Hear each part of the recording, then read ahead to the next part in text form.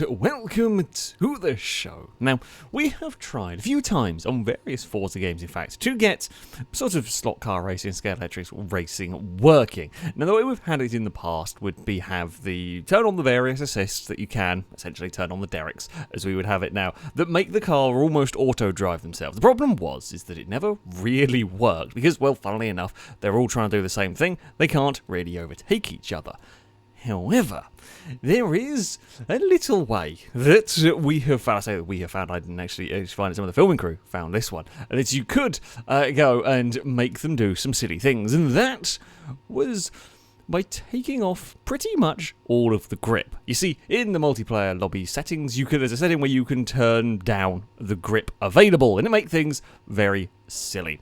So, to start off with, we would get a selection of S-Class cars. And anyone, you could pick whatever you wanted from S-Class, and we would go racing. So, we, as the players, could apply the throttle. Essentially, the steering and the braking was done by the AI. We were just in charge of how much throttle we gave the car. Now, the game would do a little bit of throttle. We could kind of override it by applying more if we wanted. I was driving the element and was immediately, well, I say driving, I was in the element and was immediately having problems at the start. Things had gone slightly wrong. We then got bopped around. The BMW, I think Brazen was driving that one, had even more issues, though. That went further wide here at Sebring, although as we came in towards the second corner, my driver got lost, and we proceeded to have a little bit of a spin. Almost gathered it up, got swiped by a Porsche. Never fear, though, somebody else was having more bad luck than me. The Sylvia got itself all crossed up through there, was able to recover it. The Ford GT got sat up on a curb and had trouble. The Matra then proceeded to try and swap ends. The BMW was likewise getting lost. I'm not quite sure where the Beamer was going. And then I proceed to help the Matra with a big shove. The Porsche then gives me another shove. The V8 supercar comes past. I then get swiped the other way. The element's still struggling to get back under control. So nothing has any grip really going on. Nothing's spun amazingly through all of that. Nothing spun. The AI's managed to sort of gather the cars back up and sort themselves out. Now, I mean, this section here, we can only do so much applying the throttle. The real big question is the Lexus goes incredibly wide, and I'm not quite sure how the Lexus ended up so far off. The Ford wanders a little bit wide, tries to get back on the circuit, and of course, clonks the BMW that seems to have been caught in just about everything. The V8 supercar then gets tagged, and that's sliding about and having an argument with a Lexus. Now, the question down here was, how long did you hold the throttle for? Because we could make up some time here by being brave. I was being forced to make up some time by a Porsche that proceeded to rear-end me into the back ahead and almost did a wheelie back there. But yeah, how long did you hold down the throttle? Because you had a long straight, and you could make up some time by overriding the AI's inputs, but if you were too brave, for example, and if you're too brave, you're going to go wide down there, and if you were too brave going through this very long corner, well, there's a very beckoning tyre bundle. It is always an interesting one. The Matra just about brushed it. The M1 Pro car got off a lot worse. That one very much stuck in the tyre bundle, gets clipped by the Ford. It does get recovered by the Ford in some ways, and then helped along by a V8 supercar. It was all a bit of a mess through there. After a terrible first lap, my element actually didn't find itself too bad in terms of position. This was the current battle for sort of second place going on between the Matra, the BMW, the Sylvia, all doing a little bit of rally crossing down here. The Lexus, that had a hell of an adventure, was coming to join in. BMW, on a very wide line, didn't quite know what to do and decided it needed to go on the grass again. And in going on the grass, there's no grip, so it went very, very sideways. Did just about manage to gather it all back up. My element was having many problems. Not as many problems as the Sylvia that ran wide, but a wheel on the grass. Sort of half spun across the track in front of other cars and got collected, and then proceeded to get dumped off the circuit. And then, of course, there is no grip out here on this surface, so it's actually not the easiest thing in the world to get the cars started again, to get the cars going again, especially because the AI is so keen to get them back on the racing line, where they want to be, where they should be, that they kind of do some rather unusual things to sort of try and make that happen. The Lexus was going for a pass for second place and was off to visit the grass. It seemed to like the grass on the outside here. This time, not quite as bigger an adventure as it had seemed been on the previous lap. Now, the leader was miles away. There was a Capri, the Zach Speed Capri, that was up at the front, and that was having a peaceful time. My Element had caught back up to this group. For some reason, my AI couldn't drive the first couple of corners, but it was quite good everywhere else with a particular car. And then we had a big chain of vehicles going down towards the final corner. Now, I was pushing the Lexus because I figured the Lexus would have problems through here, and sure enough, the Lexus did have problems through here. In fact, not as many problems as the BMW and the Matra, although the they did get themselves eventually turned in. The Lexus just didn't really turn, and that ended up in the different tyre bundle. The tyre bundle we expected there to be trouble on was, well, the outside of this one, and the BMW decided to have a big door. The Ford was going in it anyway. The BMW had a tremendous twitch mid-corner. That then got collected by the Matra, that got collected by the Lexus again. The Silvia's involved. The V8 supercars had nowhere to really go in that one. The Pro car is also going to get stuck behind. The BMW is now just spinning around on the start-finish line. The Ford and Silvia are having a squabble past the start-finish. I don't know what's going on with Beamer. It's still not really got going. The Porsche clonks into it. Finally, the Batmobile does get going. The Lexus recovers from its many spins. While all of that was going on, I'd found myself in second somehow with a car that just could not take turn 1 and turn 2. We were really strong. It was, as I said, it was actually quite good around the rest of the lap. But the first corner, it was horrific at. It to turn in a weird way, and it did a fairly similar thing here at the second corner, just deciding the car needed to spin. I wasn't even doing anything ridiculous with the throttle at this point. I was trying to stop it with as much as I could in this, trying not to go quickly into the corners. But that didn't really seem to matter. It just got lost. I mean, I wasn't the only one having issues. We were all having different issues, which was curious. This Porsche, for example, I don't even know how it ended up going that way and how it got to that part of the circuit, but the 911 GT2, it just was not making that corner whatsoever. The V8 supercar was trying to recover from its adventures, getting stuck in everyone else's crashes, to be honest, and it would go for almost a clean pass. I mean, there was a little bit of prying open of the door here. It does look a little bit like it's in slow motion. This is genuinely as much speed as you can get out of the cars with this severe lack of grip. And that was one of the cleaner passes we would see doing this. It did pry the door open and, get to the inside of the Viper. The mayhem would continue, while the field did spread out a little bit after the big crash at the final corner. The Silvia was looking for, I think this is the battle for third.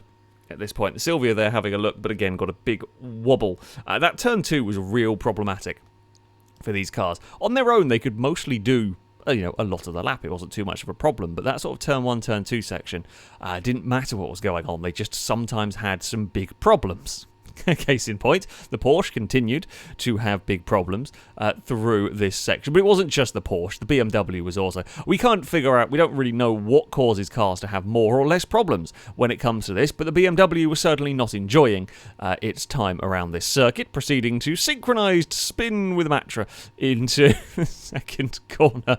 Although Matra got a lot worse off, the Porsche's gone wide and clonked a different tyre bundle. Then there goes the BMW. I don't even know how the BMW managed to lose the back end through there. I wonder if perhaps the slightly older cars had more of an issue sort of catching some of the big slides. That being said, though, the Zach Speed Capri up at the front would run away. I mean, that was the gap back to the Element. I did catch a little bit, so I'd lose a bunch of time through turn 1 and 2, but then I was quicker than the Capri everywhere else around this lap.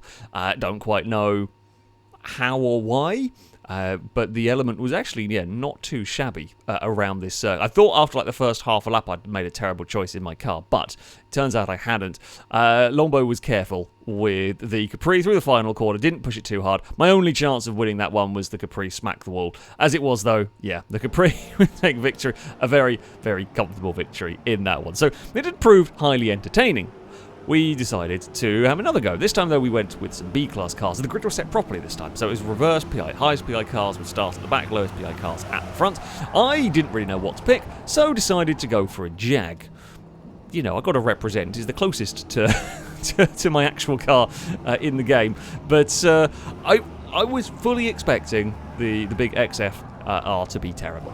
I didn't think this was going to work at all around here, but I wanted to have a go with the Jag. Don't really get much of a reason to use the car. It's not particularly amazing in Forza, so, you know, thought I'd give it a try. It was a big old cluster, a big old mess through the first corner. Didn't go great for me, went worse for a Lamborghini Countach. That went for a hell of an adventure.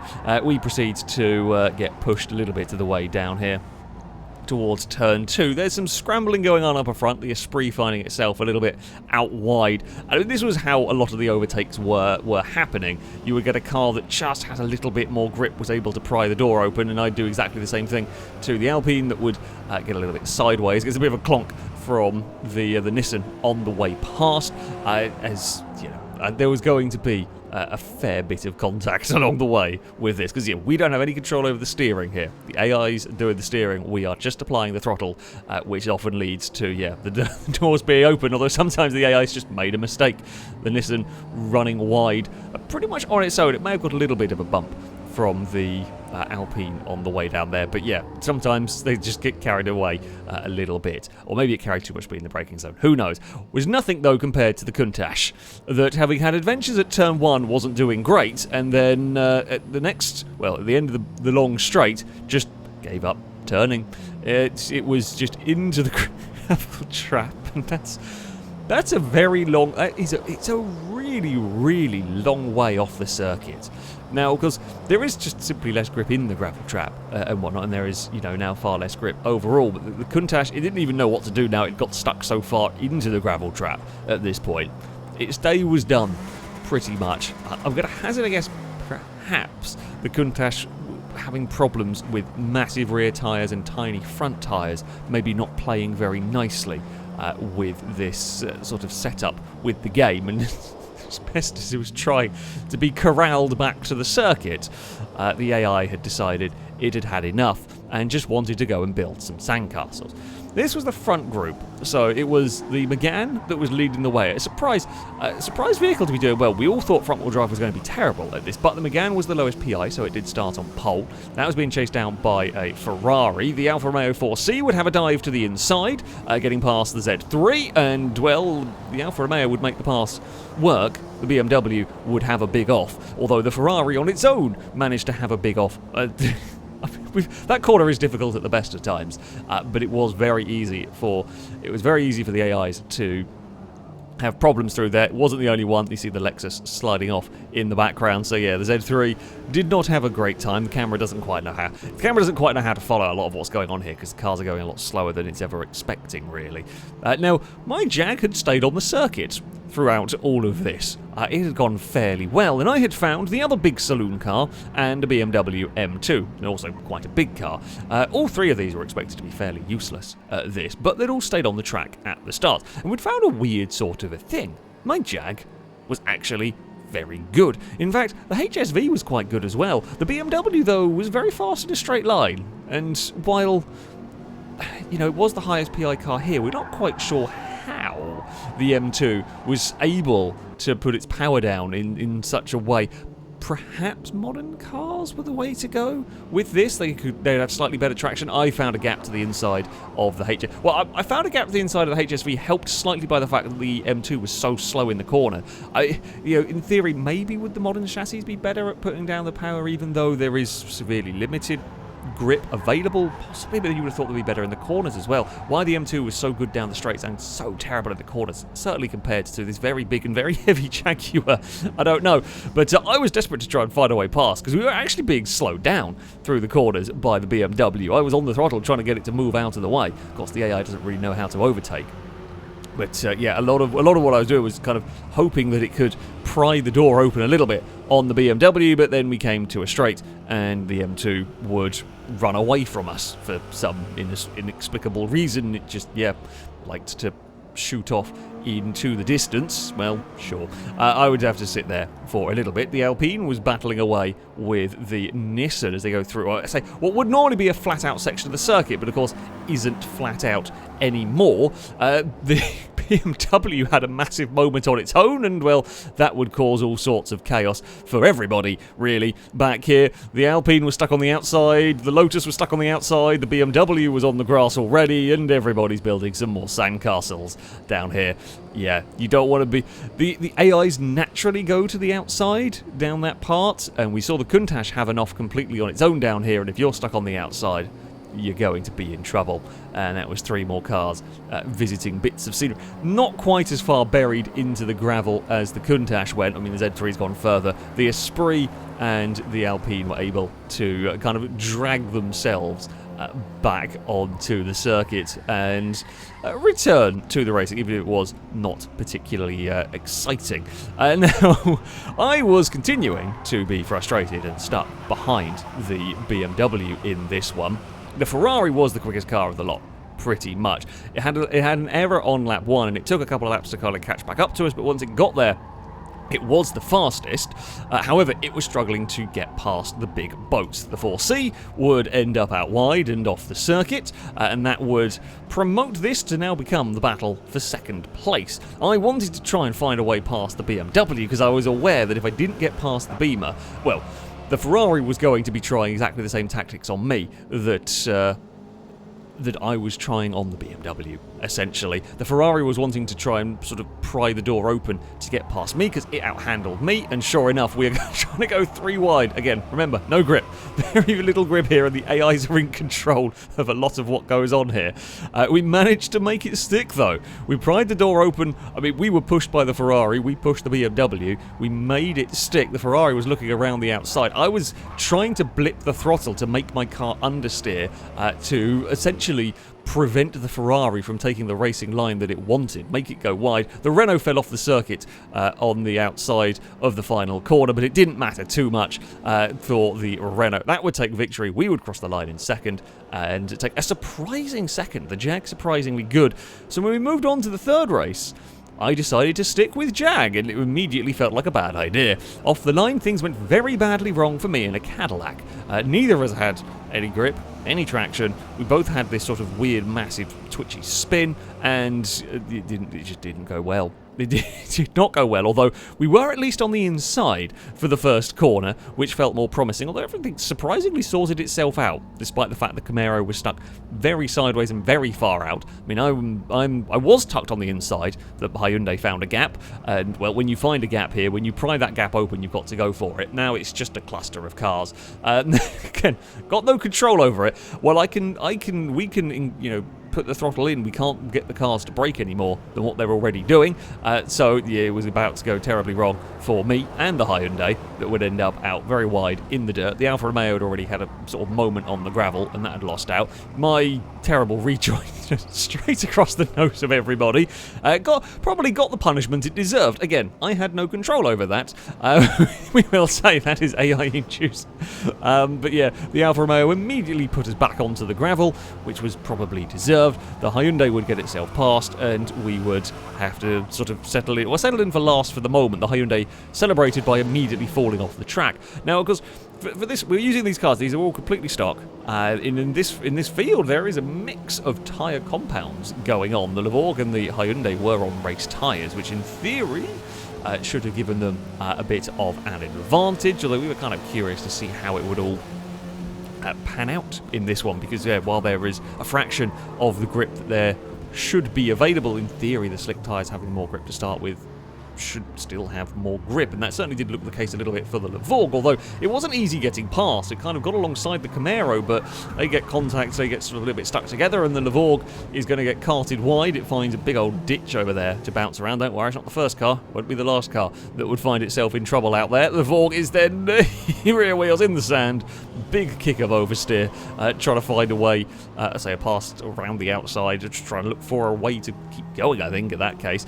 Ferrari versus Aston Martin. Martin. This should be going on over, I think it was 3rd place at this point in the race, while the 360 Challenge would start having issues, and this would be the big problem corner on the circuit, in fact. The 360 Challenge would be off, the F40 would be off a little bit, the Aston Martin did a good job of keeping it together, the Shelby's gone at this point, off goes the Camaro in sympathy, the 360 Challenge finds itself back onto the circuit again, while the F40 and Aston Martin continue to battle, and the Aston Martin is escorted off the circuit and is not having a good time there. The 360's on the dirt, equally not having a good time, and I think that was the Cadillac in the background, another one on the dirt. The corkscrew we thought was going to be a real problem for these cars, and it turned out it wasn't actually. They weren't as bad as you thought.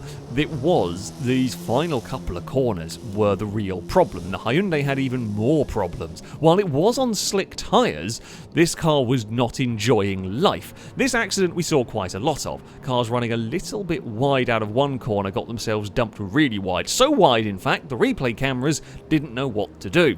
We were having new issues. In fact, so much so, we didn't know where the car had gone to come back on the circuit. Somewhere a Hyundai appears. Even weirder, though, was the AI decided it needed to go in the pit lane. We hadn't got tyre wear turned up to a crazy amount. There was none of that. Hyundai. I'm going to guess, my only guess here is the Hyundai was so far off the circuit because it went adventuring. The AI pathing was like, well, when it tried to rejoin the circuit, it was so far out of sync. The pathing was closer for a pit lane line than something else. Very bizarre, but the Hyundai managed to make it into the pit lane, something we never thought we were going to see. Something we never thought we were going to see during this one. The Mustang would make its way past the Cadillac. There was a little bit of a bump, and there was a lot of bump and runs just in general. That was really how you passed a lot of the time. But yeah, the Mustang would find its way past the Cadillac into turn 1, but the big American cars, they were not having, well, most of them weren't having as good a time around this circuit as others. The Levorg was quick. To be fair, the Levorg was probably the fastest car from this lot, and it was making its way past the Ferraris. The Shelby Daytona would lead the way, which, I mean, I'm always happy to see.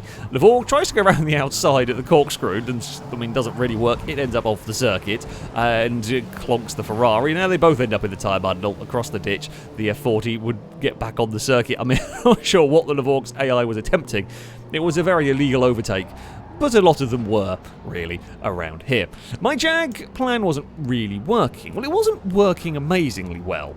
Through 90% of the circuit, my car was not very good, but it was good at one thing, and that was not falling off at this section, which everyone else's car was very bad at, as the Camaro would go incredibly sideways in front of me, and all of my lap time was being made up here. The Shelby would have another adventure, it just couldn't do that section whatsoever. The Ferrari and Aston Martin would go back to crashing into one another. The F40 had an adventure through that section, but yeah, the final couple of corners my Jag was brilliant at. Why? I don't know. Maybe I was being a bit more careful with the throttle application to try and encourage the AI to take it slower through there than the cars ahead of me. Maybe. There is an element of that, but people were seeing how bigger accidents were going on at that section, and everyone was trying to be careful. So, yeah, I don't know what it was. Don't know what it was about the Jag that made it good through there, because I wasn't so good everywhere else, as you can see. By the time we got out of the first corner again, they had pulled a fair bit away. The F40 was having a sketchy time of it, really. The Ferrari was not really enjoying its time around this circuit. It was a big moment. The thing that you really didn't want, and of course, the racing line does often have your car, funnily enough, right on the edge of the circuit, but dipping a wheel on the sand, any of these sand or the grass, was going to be a problem, and the F40 really did seem to get dangerously close constantly to hanging a rear wheel off the edge of the track, because there's so little grip anyway, but the second you've got that rear wheel on the dirt, you're in trouble, although the Ferrari could actually get itself moving about on its own. The battle of the useless American cars. The Camaro was very fast here. These two were not. The Cadillac and the Shelby were not enjoying things. The Shelby going for a spectacular, I say a pass, it was more of a cling on for dear life around the outside of the Cadillac there. It got away amazingly without a massive spin through all that, which is something. which is something at least. As we dive under braking towards the next corner, the Cadillac would leave the door a little bit open. The Shelby is not going to need another invitation for that one, would get itself alongside and would find a way past. The Mustang was actually not bad through parts of the lap, it just could not do the final couple of corners. That's sort of where it lost all of its time. So yeah, it could do the good first half of the lap, but it was terrible elsewhere. Up at the front, speaking of Shelbys, it was a Daytona that was leading the way, which was brilliant to see. However, the Levorg had caught and passed it, and then immediately fallen off at the same place that everybody fell off. The Daytona played it very, very, very risky on the final lap with a big slide, but it would gather it all back up. The Levorg, it just pushed too hard. How much throttle application was there, I don't know, but we'd seen so many cars have issues there. I'm going to guess the Levorg may have pushed to try and pass the Daytona, had got the pass done, but was carrying too much speed, and the AI couldn't slow it down through there. So, it is with great joy that I was able to say that the lowest PI vehicle in this lot, the Shelby Daytona, would go and take victory here. The Levorg was faster. There is no doubt about it. The race tyres were the way to go, and the Levorg was the fastest car here. However, the Daytona was the second fastest. No one else had an answer for that Daytona. And while it had been an interesting conclusion to the race up at the front, this would be perhaps the closer battle. Now, this was going on over fourth place, I believe it was here, between the Vantage and the Camaro. The F40 had just managed to pull away. The Camaro desperately having a look for a way past on the inside as they head down the corkscrew. It's going to be side by side, but side by side there very rarely works, and sure enough, we were going to go for another adventure across the gutters for the Camaro, but this one actually able to keep some momentum up through there, would fire it up the inside of the Vantage, but they've put themselves in an awkward place. They've put themselves out wide, perhaps, through here. The F40 looked like it was sort of home and dry with that third place, but nope, that's got a wheel on the dirt. It is going in all sorts of issues. The Aston Martin tried to get past the Camaro's gone wide, and they've both gone incredibly deep. It's not the biggest adventure we saw through the gravel trap, but it was fairly wide, and lo and behold, a certain Jag would make up all the places because I wasn't in these silly battles. Camaro was desperately now trying to, get back under control, and it was wibbling over the road, and that's now going the wrong way into the final corner. Don't worry though, it wasn't the only one getting in trouble, as I might have helped an F40 have a moment. I wanted to get to the inside of the Ferrari, and my Jag did get there. The Ferrari then put a wheel on the dirt, and the Ferrari then went for a trip off at the final corner. Turned out the Jag would end up third. Not sure it fully deserved it. The Camaro and F40 would recover. It would be the Aston Martin that would take the fourth place. The 360 Challenge across the line in second in that one. The Jag came good, mostly because it could do the final couple of corners. This is a very, very silly way to race. It's a very silly way to race. And, I mean, it kind of works.